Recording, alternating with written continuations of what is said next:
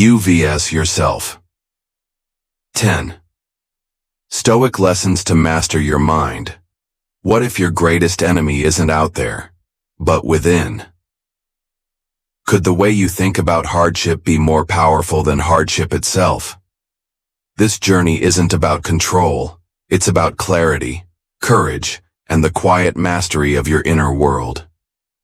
The mind often appears as an internal landscape continually shaping experience in ways we rarely notice. It crafts quiet narratives beneath our awareness, gently influencing perceptions, emotions, and responses. Ancient Stoic philosophers, Marcus Aurelius, Seneca, Epictetus observed this inner world with remarkable care, recognizing that life's most profound struggles are rarely external. Instead, they saw clearly how internal interpretations and assumptions subtly color reality, making it feel either overwhelming or manageable. The philosophers turned their attention inward not to change the world itself, but to better understand how their own minds shape their experience of it today, in a world characterized by endless distractions and relentless change. This ancient insight resonates deeply. People frequently search outwardly for solutions to anxiety, dissatisfaction, or uncertainty, attributing these struggles to external circumstances or events beyond their control. Yet the Stoics suggested a different, quieter approach, one that begins internally, carefully examining perceptions and interpretations, rather than seeking constant control over external conditions. They believe that emotional disturbances arise not from reality itself, but from the meanings assigned to it by the mind. Marcus Aurelius observed this consistently, reminding himself in moments of private reflection that external events hold no inherent power to harm or uplift. Their significance comes solely from how they are interpreted. Seneca, similarly reflective, noticed that suffering often arises more from imagined concerns than real hardships.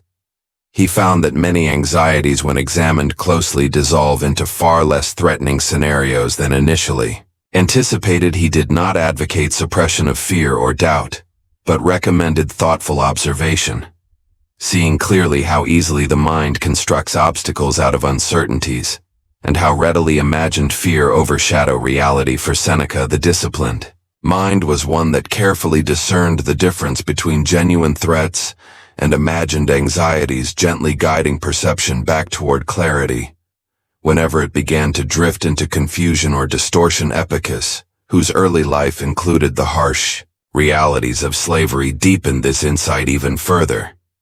He understood firsthand how external conditions, no matter how severe, hold limited power compared to the mind's internal response. Epictetus realized that true freedom was internal, independent of external circumstance, achievable through careful attention and patient examination of one's internal narratives. He viewed the mind as either a source of liberation or a silent prison, depending entirely upon the interpretations and beliefs it embraced. His teachings encouraged patient self-awareness rather than aggressive resistance, gently highlighting how internal perspectives shape every experience. These insights remain strikingly relevant today. Modern life continuously presents choices, opportunities, and uncertainties, each quietly demanding our attention. The Stoics remind us that true stability is not about achieving control over every external situation, but rather cultivating a thoughtful awareness of internal responses. Marcus Aurelius practiced this awareness through consistent reflection, observing how internal thoughts and narratives subtly dictated his emotional state. He recognized clearly that life's uncertainties were inevitable, yet internal clarity and calm remained consistently available through disciplined observation. For the Stoics, mastering the mind was never about forceful control or eliminating emotions. It was about patient observation, thoughtful discernment, and careful guidance of internal narratives. They saw emotional steadiness not as a destination, but as an ongoing practice, always unfolding, continuously refined through attentive self-awareness. Marcus Aurelius refers to this disciplined mind as an internal refuge, resilient in the face of external turbulence. He knew that peace was not granted externally. Rather, it emerged naturally through gentle yet persistent internal reflection. In the end, the Stoics did not offer final answers or rigid instructions. Instead, they provided quiet invitations toward deeper self. Understanding reminding us that experience is shaped far more by internal perceptions than by external realities. Their philosophy encourages us to observe, patiently reflect thoughtfully, and choose carefully, navigating life's inevitable uncertainties with inner clarity rather than external control. In this ongoing practice lies the possibility of genuine stability available within, quietly awaiting our attentive exploration. There is a natural tendency to seek the source of our struggles outside ourselves in circumstances, other people, or events beyond our control. It seems simpler, more comforting even to attribute frustrations or difficulties to external conditions, rather than examining the internal landscape. Yet the Stoics, through careful reflection, observed something fundamentally different. Marcus Aurelius, despite the heavy responsibilities of ruling an empire, rarely placed blame for his anxieties or frustrations on external events. Instead, he consistently explored the subtle ways in which his own mind shaped his experiences. He recognized that the world itself carried no inherent capacity to harm or uplift. It was his interpretations, the internal narrative he constructed around each event, that determined whether something felt overwhelming or manageable. Seneca echoed this insight, noting how often suffering arises not directly from circumstances, but from our imagination, amplifying their significance. Small inconveniences, or misunderstandings trivial in isolation, become sources of prolonged anxiety. Only through internal narratives we create around them. Seneca urged thoughtful observation of these internal stories, recommending careful discernment rather than immediate reaction. He understood clearly that external events are rarely as damaging as our reactions portray them to be, and encouraged continuous patient self-awareness rather than reflexive blame of external forces. Epictetus, who personally endured hardship and captivity, shared a similar perspective. He experienced directly how external adversity, no matter how severe, holds little power without internal consent.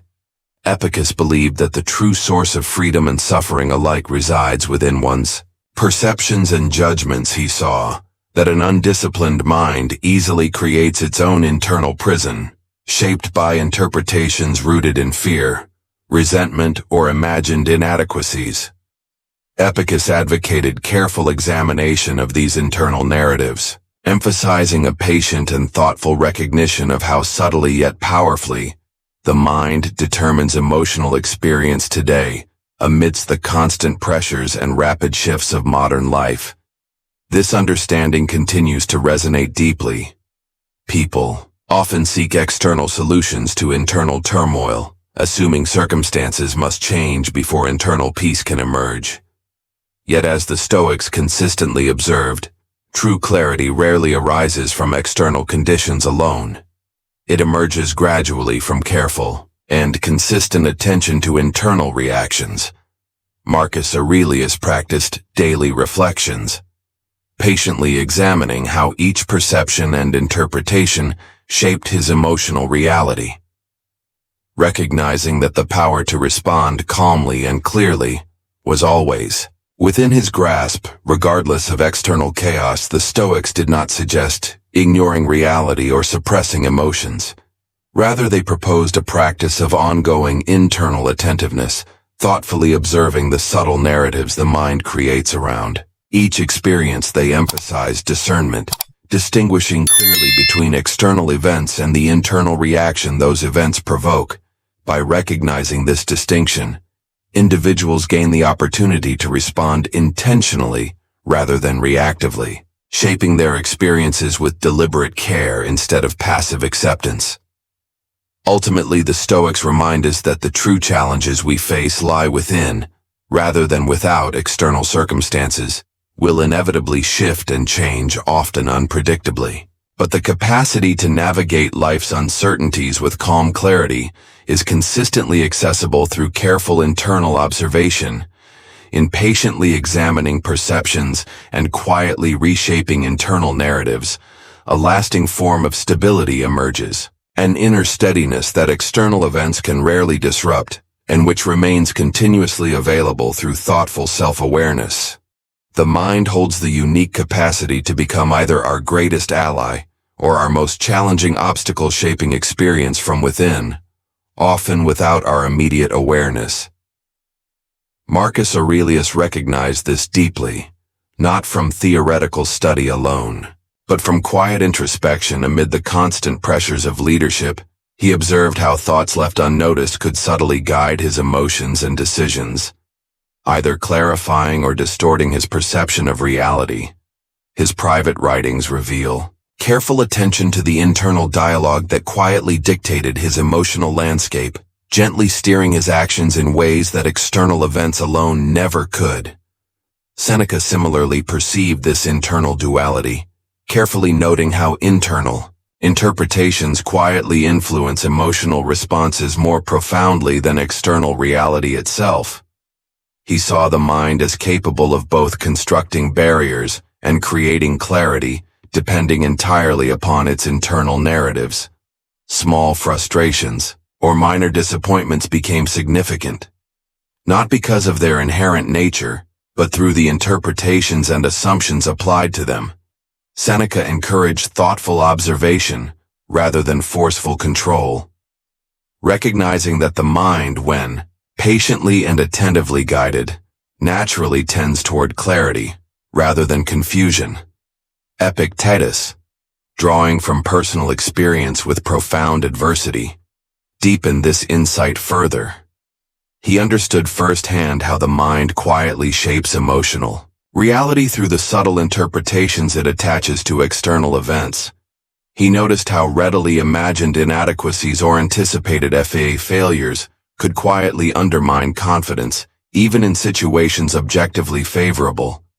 Epictetus taught that genuine strength arises not from aggressively suppressing negative thoughts, but through patient reflective observation, gently distinguishing between genuine limitations and imagined obstacles, and gradually reshaping the internal narrative to support clarity and resilience. This philosophical understanding remains profoundly relevant in contemporary life, where the mind often grapples with continuous distractions, anxieties, and competing demands. In such an environment, it is easy for internal dialogue to subtly amplify uncertainty, quietly eroding confidence and clouding judgment. Yet the Stoics remind us that internal clarity emerges naturally from thoughtful self-awareness, rather than forceful control.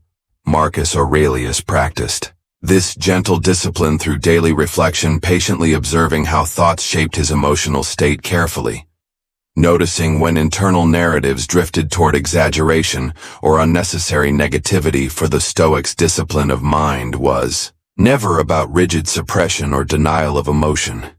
Instead, it was about cultivating an ongoing attentive observation, recognizing patterns, noticing tendencies, and intentionally guiding thoughts toward clearer perspectives.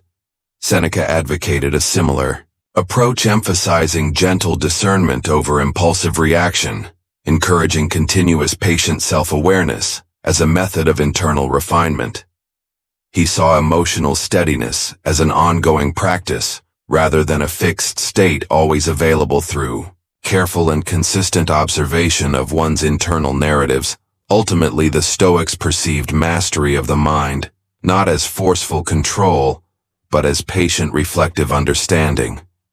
They recognized that each thought subtly shapes perception, influencing emotional experience in ways far deeper than external circumstances alone. Through ongoing attentiveness, internal narratives become clearer, more aligned with reality, and less distorted by imagined fears or insecurities. This practice offers a quiet, continuous invitation toward greater self-awareness, gently guiding perception toward clarity and resilience.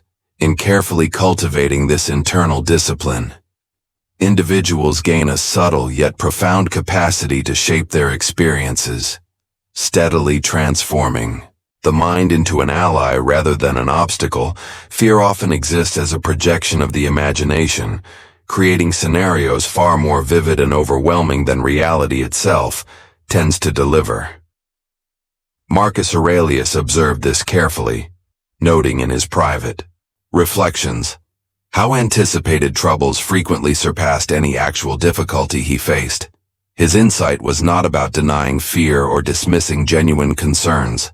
Rather, he patiently recognized how easily the mind magnifies uncertainties, transforming them into imagined threats that rarely materialize. By carefully observing these internal constructions, Marcus found clarity and calmness, not through forceful suppression of anxiety, but through the simple practice of discerning reality from imagination. Seneca similarly recognized that anxiety arises less from concrete experiences and more from the mind's propensity to imagine worst-case scenarios. He noted how the mind often enlarges minor uncertainties, converting them into seemingly inevitable catastrophes. Seneca advocated thoughtful reflection rather than impulsive reactions to fear, carefully encouraging the examination of these imagined anxieties to assess their validity. By distinguishing genuine concerns from imagined fears, he discovered a natural reduction of anxiety not through rigid control, but through patient understanding and attentive observation. Epictetus, who personally faced intense adversity, understood fear from direct experience, yet even under difficult circumstances, discerned clearly how fear often arises internally, shaped primarily by anticipated outcomes rather than present reality. Epictetus taught that genuine resilience emerges not from resisting fear aggressively, but from carefully examining it, observing how the mind amplifies uncertainty and gently questioning its assumptions. His approach emphasized attentive discernment, patiently separating imagined threats from tangible concerns, guiding the mind gradually toward clarity and calmness. In today's world, this Stoic insight continues to hold profound relevance. Modern life is filled with uncertainties, career pressures, social expectations, unpredictable changes, each offering ample opportunity for anxiety to arise. Yet the Stoics remind us that these fears are rarely reflective of reality itself. Instead, they are often products of internal narratives that subtly transform ambiguity into imagined dangers. Through patient observation of these anxieties, individuals discover their temporary nature, noticing how many imagined fears dissolve under careful examination. Marcus Aurelius regularly practiced this internal reflection, observing anxieties without immediately accepting them as accurate representations of reality. Instead, he patiently explored each fear, noticing how few were genuinely threatening. Upon closer inspection, Seneca similarly approached fear as something to be gently questioned rather than forcibly eliminated, encouraging attentive self-awareness to discern whether anxieties were rooted in objective concerns or exaggerated imaginations. The Stoics offered not a formula for eliminating fear entirely, but a method for carefully understanding its origin. They recognized anxiety as a natural human response, yet one that can be thoughtfully managed rather than passively accepted. Epictetus saw clearly how internal anxieties, when attentively observed, naturally diminish in intensity. By patiently examining imagined fears, individuals gradually uncover a deeper resilience shaped not by external certainty but by internal clarity. Ultimately, fear loses its power, not through aggressive resistance but through attentive observation. The Stoics gently remind us that anxiety, while inevitable, rarely reflects the true nature of our circumstances. Through thoughtful self-awareness, imagined fears become clearer and less influential, allowing genuine concerns to be addressed with clarity rather than panic. This internal discipline does not promise absolute freedom from fear, but it offers something perhaps more valuable: a patient practice of self-understanding. Quietly reshaping emotional experience from within, doubt has a subtle yet profound ability to shape experience, influencing decisions with quiet persistence often without our conscious awareness. Marcus Aurelius understood that hesitation, while appearing harmless at first, gradually limits possibilities, silently narrowing the scope of action until opportunities vanish unnoticed. He reflected carefully upon this internal phenomenon, noting that prolonged indecision often carries greater costs than decisive action. Even when such action is taken without complete certainty, Marcus reminded himself frequently that uncertainty is an inherent part of life, and that decisive engagement thoughtfully undertaken usually carries less regret than continuous hesitation. Seneca similarly perceived hesitation as a quiet thief of opportunities, recognizing that while careful consideration is valuable, perpetual indecision silently closes doors that rarely reopen. He observed that life's opportunities are fleeting and often do not wait patiently for absolute clarity. Seneca advocated deliberate reflection balanced with timely action, cautioning against hesitation prolonged to the point of paralysis. His writings emphasized a thoughtful discernment of when to pause and reflect, and when to move forward decisively. Despite uncertainty, Epictetus examined doubt from a slightly different angle, noticing how internal uncertainty often stems not from external reality, but from imagined limitations. He realized that hesitation frequently arises out of a quiet internal narrative rooted in insecurity or self-doubt. Rather than actual obstacles, Epictetus understood clearly how the mind subtly amplifies perceived inadequacies, creating hesitation, even when circumstances objectively favor action. He gently encouraged his students to recognize these internal barriers, patiently questioning their validity, rather than passively accepting them as true limitations in modern life. This subtle influence of doubt remains strongly present. Individuals today face countless opportunities, career paths, relationships, personal growth, all accompanied by inherent uncertainty. Often hesitation appears as cautious prudence, yet when left unexamined, it quietly restricts meaningful action, causing potential avenues for growth to close unnoticed. The Stoics remind us that uncertainty is natural, but that prolonged indecision rarely brings clarity. It merely extends ambiguity, compounding anxiety rather than resolving it. Marcus Aurelius practiced daily reflection to counterbalance doubt's silent influence. He did not aim to eliminate uncertainty, recognizing that absolute clarity was unattainable. Instead, he thoughtfully guided himself toward action, understanding that decisive steps taken amidst uncertainty typically provided greater satisfaction than perpetual indecision. Seneca similarly encouraged careful discernment paired with timely decisiveness, noting that the cost of missed opportunities often exceeds the risk inherent in action. The Stoics believed decisiveness need not be impulsive or reckless.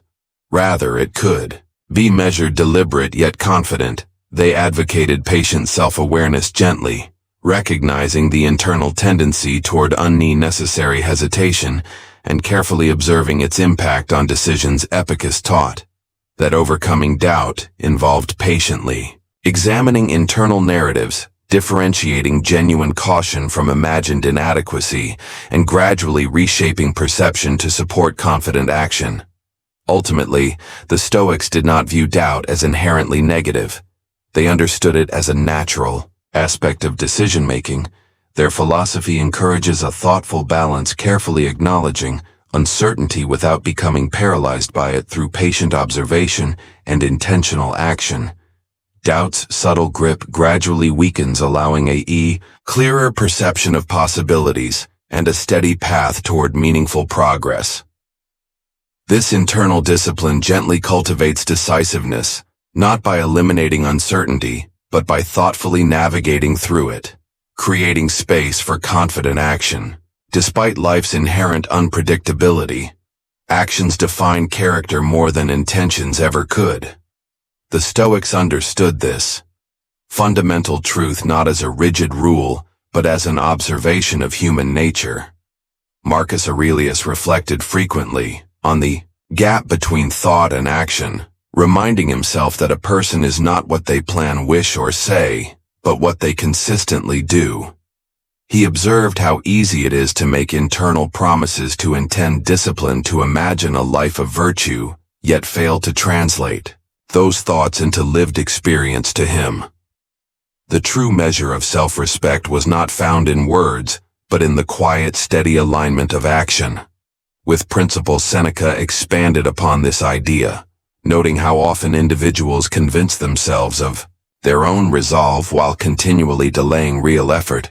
He saw that intentions alone provide comfort, but rarely produce transformation. He cautioned against the habit of self-deception, where a person believes that merely recognizing the right path is equivalent to walking. Seneca advocated for an unwavering, calm commitment to action, emphasizing that the only meaningful self-assessment comes from behavior, not from unfulfilled aspirations. He recognized that discipline, integrity, and personal growth arise not from abstract contemplation, but from the repeated practice of living by one's values. Epictetus approached this truth with striking clarity. To him, self-trust was built not through internal reassurance, but through lived consistency. He observed that people often seek confidence in words, convincing themselves of their own capabilities, without ever putting them to the test. Yet he knew that true self-belief does not emerge from theory. It is forged through effort, through the daily practice of aligning thought with action. Epictetus understood that each time a person neglects to follow through on their own intentions, they weaken their trust in themselves. Conversely, every act of discipline, no matter how small, reinforces an internal foundation of strength and reliability in modern life. This challenge remains ever present. It is easy to make commitments in thought, to promise oneself new habits, greater focus, improved discipline, only to watch these intentions dissolve in the face of distraction or inertia. The Stoics remind us that change does not come from intention alone, nor from waiting for the perfect conditions to begin. Progress arises only from doing, from steady, deliberate effort that turns vague aspirations into concrete reality. Marcus Aurelius recognized that the mind will always offer reasons to delay, excuses that make inaction seem reasonable. He countered this tendency with a simple realization: life is passing, and there is no future moment more ideal for action than the present. Seneca reinforced this perspective, warning against the illusion of infinite time, reminding himself that hesitation steals not just opportunity, but life itself.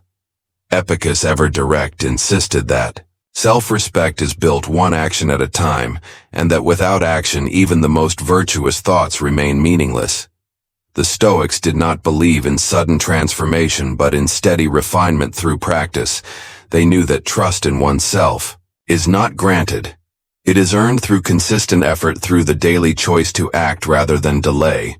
A person gradually becomes what they intend to be. In the end, identity is not shaped by what one hopes or promises, but by what one repeatedly does. And in this practice of action, however small, the foundation of true self-respect is laid. Relying on external rescue is an illusion. The Stoics warned against, not because help is never available, but because waiting for it strips away the agency to shape one's own life. Marcus Aurelius reflected on this, often reminding himself that no one is responsible for his character choices or resilience but himself. He recognized that while fortune may shift and others may assist, true strength can only come from within. To depend on external circumstances for change is to surrender control to forces that are unpredictable, indifferent, and ever-changing. He saw clearly that waiting for someone or something to intervene is not just a delay in action, but a quiet surrender of one's own potential.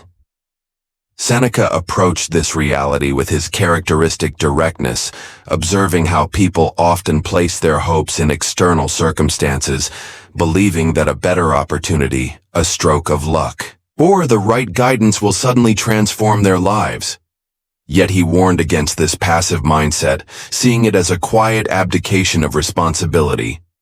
Seneca believed that the only real path to improvement was through deliberate effort, not wishful thinking. He saw that those who wait for ideal conditions to act often find themselves waiting indefinitely, trapped in the expectation that life itself will provide clarity before they must take decisive steps forward. Epictetus, who had no external savior in his early life, understood this truth at its deepest level: be born into slavery.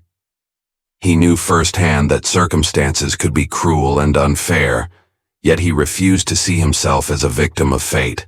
His philosophy was built on the firm conviction that while external realities may not always be within one's power, the way one responds to them always is. He taught that looking to others for salvation, whether in the form of validation, guidance, or opportunity, was to relinquish the ability to define one's own course. Strength, he insisted, is not something granted. It is something built, shaped through discipline, through action, through the refusal to passively wait for a life. One must create. This perspective remains strikingly relevant. In a world filled with distractions and endless comparisons, it is easy to believe that change will come from an external shift, a new job, a difference, a more favorable set of circumstances. Yet the Stoics remind us that transformation is not a product of conditions but of decisions. Marcus Aurelius knew that waiting for inspiration, for the perfect timing, for an external push, is merely a form of delay. Seneca understood that no one arrives to grant us the life we imagine. Only action brings it into being. Epictetus lived this truth, demonstrating that self-reliance is not about isolation, but about refusing to place one's fate in the hands of others. The Stoics did not suggest rejecting help when it comes, nor did they believe in a harsh independence that denies human connection. Rather, they emphasized that waiting passively for change is to waste the one thing always within reach. Choice, strength is not developed in moments of ease, but in the continuous decision to act, despite difficulty. Each moment presents an opportunity to take responsibility, to stop looking outward for permission to begin, and instead to move forward with purpose. The path is always open, not waiting to be given, but waiting to be taken. Change carries discomfort, yet remaining unchanged brings a far deeper burden. The Stoics understood this tension well, not as an abstract philosophical dilemma, but as a fundamental truth of human experience. Marcus Aurelius reflected often on the nature of transformation, reminding himself that growth is rarely without struggle, yet stagnation brings its own quiet suffering. He saw that resisting change does not preserve stability. It merely prolongs discomfort, trapping the mind in a cycle of hesitation. To avoid change is not to remain safe, but to remain stuck, burdened by the weight of what no longer serves. Seneca observed a similar reality, noting that people often endure great unhappiness simply because it's familiar. The discomfort of remaining in a limiting situation feels in some ways easier to bear than the uncertainty of stepping into something unknown. He recognized how fear of transition keeps many tethered to circumstances that no longer align with their potential. Yet he argued, while change brings difficulty, refusing to evolve leads to a more subtle, persistent form of suffering, one that lingers beneath the surface, growing heavier. Over time, Epictetus approached this idea from a deeply personal understanding, having lived through condition beyond his control. He knew that adaptation was not optional but necessary. He saw that resisting transformation only intensifies hardship, while embracing it allows for movement, however gradual, towards something better. He did not deny the discomfort that comes with change, but he recognized that enduring the pain of staying the same is often far worse. In his teachings, he encouraged the practice of seeing position not as something to fear, but as an opportunity to refine one's character, to shape one's circumstances rather than be shaped by them. This perspective remains profoundly relevant in modern life. The tendency to avoid discomfort often leads to prolonged dissatisfaction, a career that no longer inspires, a routine that no longer fulfills, a way of thinking that no longer serves. Yet the fear of stepping into the unknown keeps many in place, hoping that change will become easier with time. The Stoics remind us that this waiting is an illusion. Growth does not happen when fear disappears. It happens when action is taken despite it. Marcus Aurelius practiced this mindset, continually reminding himself that hesitation only prolongs suffering. Seneca challenged the belief that one must feel ready before moving forward, knowing that waiting for certainty often leads to inaction. Epictetus understood that transformation is not about seeking comfort, but about embracing the process of becoming, trusting that the temporary discomfort of change is far lighter than the lasting burden of stagnation. The Stoics did not dismiss the reality of fear, nor did they suggest that change should be forced or rushed. Instead, they encouraged a thoughtful approach, one that acknowledges discomfort, yet refuses to be paralyzed by it. They saw transition as a necessary part of a meaningful life, not as something to resist, but as something to engage with intentionally. In stepping forward, even when uncertainty remains, there is freedom in embracing the process of change. One finds not just movement, but growth. Complaining offers momentary relief, yet it quietly reinforces powerlessness. The Stoics saw this clearly, not as a moral failing but as an ineffective way of engaging with reality. Marcus Aurelius often reflected on how dwelling on misfortune or injustice served no purpose. Beyond deepening frustration, he understood that lamenting circumstances changes nothing, while action, however small, creates movement. He reminded himself repeatedly that external events hold no real authority over one's inner state, unless granted permission. To focus on grievances is to surrender agency. To direct attention toward what can be shaped is to reclaim its center. Observed how habitual complaint traps individuals in sigh of discontent. He noted that those who dwell on misfortunes often reinforce their own suffering, not because their hardships are insurmountable, but because their focus remains fixed on what is outside their control. He saw clearly that adversity, though inevitable, is made heavier by resistance. Complaining, he argued, is less about the external world and more about the internal perspective. One that chooses is either to fixate on obstacles or to navigate them. He encouraged shifting energy away from lamentation and toward deliberate response, recognizing that every challenge carries an opportunity to act with clarity and resolve. Epictetus approached this idea with characteristic directness. He understood that to dwell on what is unfair, unjust, or beyond reach is to hand over control to sea circumstances. He saw clearly that complaints do not change the external world, but they do shape the individual, diminishing resilience, reinforcing helplessness, and distracting from what remains possible. For Epictetus, the key was not to ignore difficulties, but to engage with them, thoughtfully turning attention toward what could be done, rather than lingering on what could not. This insight remains deeply relevant in a world that often rewards outrage and encourages frustration. Modern life presents no shortage of reasons to complain. Social injustices, personal setbacks, daily inconveniences. Yet the Stoics remind us that constant focus on grievances serves only to prolong distress. Complaints may invite sympathy or validation, but they rarely lead to solutions. What alters circumstances, or at the very least one's experience of them, is action. Marcus Aurelius returned to this understanding, time and again, recognizing that peace is not found in demanding a different reality, but in engaging with the one that exists.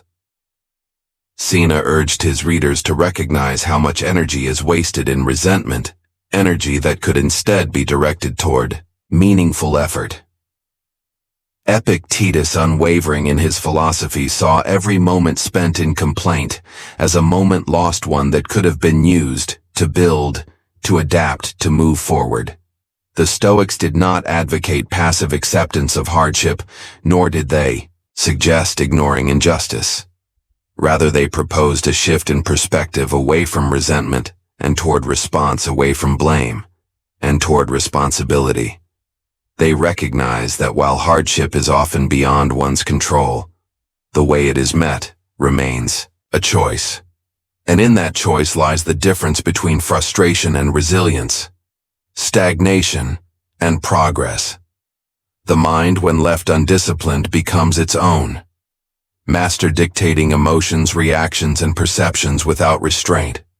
The Stoics understood that true freedom is not found in external circumstances, but in the ability to govern one's own thoughts.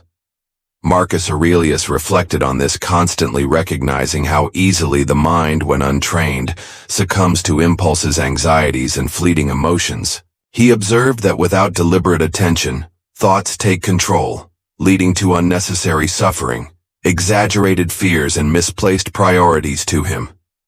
Mastery over the mind was not about suppression, but about guidance, training the inner world to respond with clarity rather than react impulsively to external events. Seneca in his writings emphasized that without self-discipline, the mind is at the mercy of whatever forces pull at it. Desires, frustrations, fears, and external influences. He noted how often people seek control over external matters while neglecting the one thing truly within their grasp, their own perception. To allow the mind to wander without reflection is to hand over authority to every passing thought, every external pressure. He saw self-discipline not as a restriction, but as a form of internal liberation, a way of shaping experience rather than being shaped by it. Epictetus, whose philosophy was grounded in personal hardship, viewed mental discipline as the foundation of all resilience. He understood that without conscious control, the mind becomes a source of instability, reacting to every perceived slight, every moment of discomfort, every imagined threat. He taught that true strength comes from the ability to observe thoughts without immediately identifying with them, to pause before reacting, and to choose responses with intention rather than impulse. For Epictetus, control over the mind was not about forcefully resisting emotions, but about creating enough awareness to recognize them as transient, passing, and ultimately within one's ability to manage this. Insight remains deeply relevant in modern life, where distractions are abundant, emotions are constantly triggered, and external pressures demand immediate reaction. The Stoics remind us that without careful attention, the mind will dictate experience rather than serve as a tool for navigating it. The person who does not master their own thoughts finds themselves pulled in every direction, reacting to circumstances rather than shaping them, feeling at the mercy of emotions rather than engaging with them intentionally. Marcus Aurelius practiced this internal discipline by observing his own thought patterns, questioning whether they served him or led him toward unnecessary distress. Seneca emphasized reflection as a method of refining perception, reminding himself that most frustrations arise not from events, but from how they are interpreted. Epictetus, ever direct, taught that the mind, when properly trained, becomes the source of stability, allowing a person to engage with the world from a place of strength rather than reactivity. The Stoics did not see self-discipline as suppression, nor did they advocate for detachment from emotion. Instead, they proposed awareness, the ability to notice thoughts without becoming controlled by them, to respond rather than react. They understood that the mind left unchecked creates suffering where none needs to exist, but when guided with patience and clarity, it becomes the source of resilience, equanimity, and genuine freedom. Trust is not something that can be claimed. It must be demonstrated first to oneself, then to others.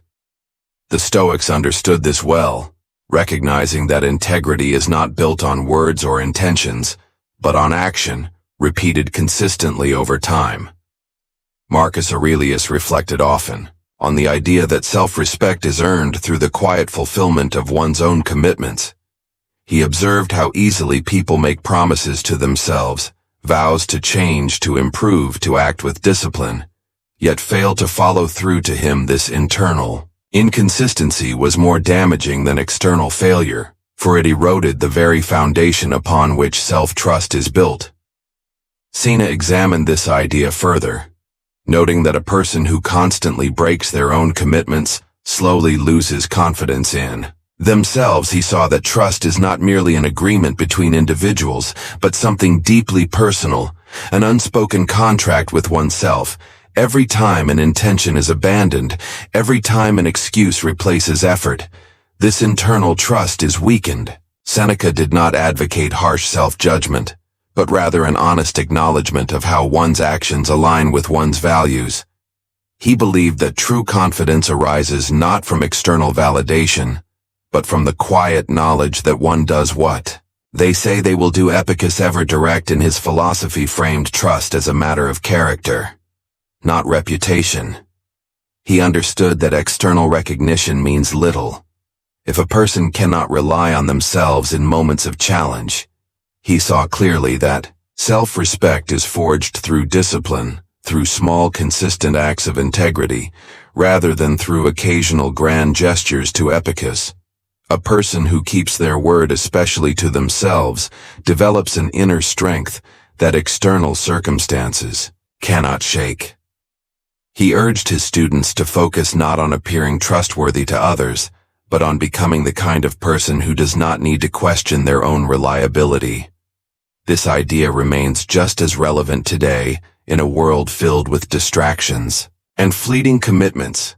It's easy to set intentions without following through, to make promises that are quickly forgotten. Yet the Stoics remind us that true confidence does not come from external praise or recognition, but from the steady discipline, practice of aligning actions with principles. Trust is not a claim to be made. It is a foundation to be built through decisions made when no one is watching, through effort sustained, even when motivation fades. Marcus Aurelius reminded himself daily that self-discipline was not about control, but about consistency, about proving to oneself again and again that intentions are matched with action.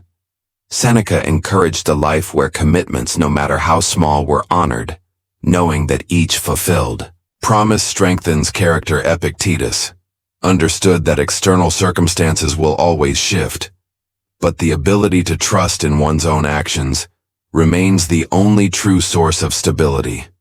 The Stoics did not view trust as something to be demanded, but as something to be cultivated. They recognized that true self-respect is built not through perfection, but through persistence.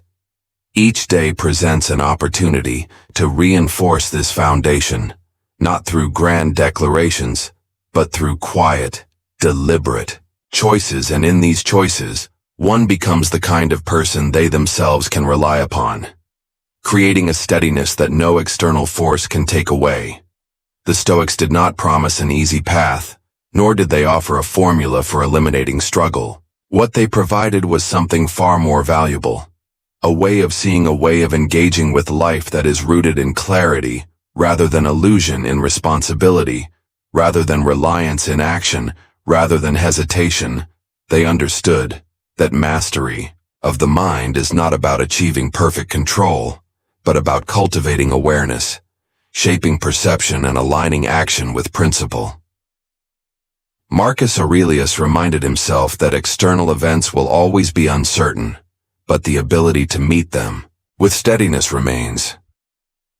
Within reach, Seneca observed how easily people drift through life waiting for change to arrive rather than creating it themselves. Epictetus, with unwavering clarity, saw that freedom is not granted by the world, but earned through self-discipline and thoughtful response, each of them in their own way. Recognize that life does not owe us certainty, fairness, or ease, but it does offer us the opportunity in every moment to choose how we engage with what is before us. The mind, if left unexamined, dictates experience rather than refines it. Fear becomes a guide instead of an obstacle. When met with understanding, doubt loses its hold when action is taken. Despite its presence, complaints dissolve when attention shifts from what is lacking to what can be done. Trust in oneself is not something granted, but something built through consistency, through discipline, through the daily practice of aligning thoughts, words, and actions, the Stoics did not seek a life free from hardship. They sought to cultivate the strength to move through it without being diminished by it. Their wisdom is not a call to detachment nor a denial of emotion. It is an invitation to live fully with presence, resilience, and an unwavering commitment to what is within our control. And so the question is never whether challenges will arise. They will. The real question is how we will meet them. In that answer lies the difference between being shaped by circumstances and shaping ourselves within them. The path is never free of obstacles, but for those willing to engage with it, every challenge becomes an opportunity to refine the mind, strengthen the character, and create a life guided by intention rather than reaction. The work is never finished, but neither is the potential for growth, and in that space between what happens and how we respond lies the only true freedom there is. In mastering the mind, you reclaim your life. The Stoics knew this deeply, that peace, strength, and clarity don't come from conquering the world, but from understanding yourself. This isn't about perfection. It's about presence. Every moment offers a choice: to react or to reflect, to drift or to direct. The true battleground is internal, and the most profound freedom is found in discipline, self-respect, and alignment between thought and action. Let this be your path, not a rigid rulebook, but a quiet compass. The answers were never outside. They're here within.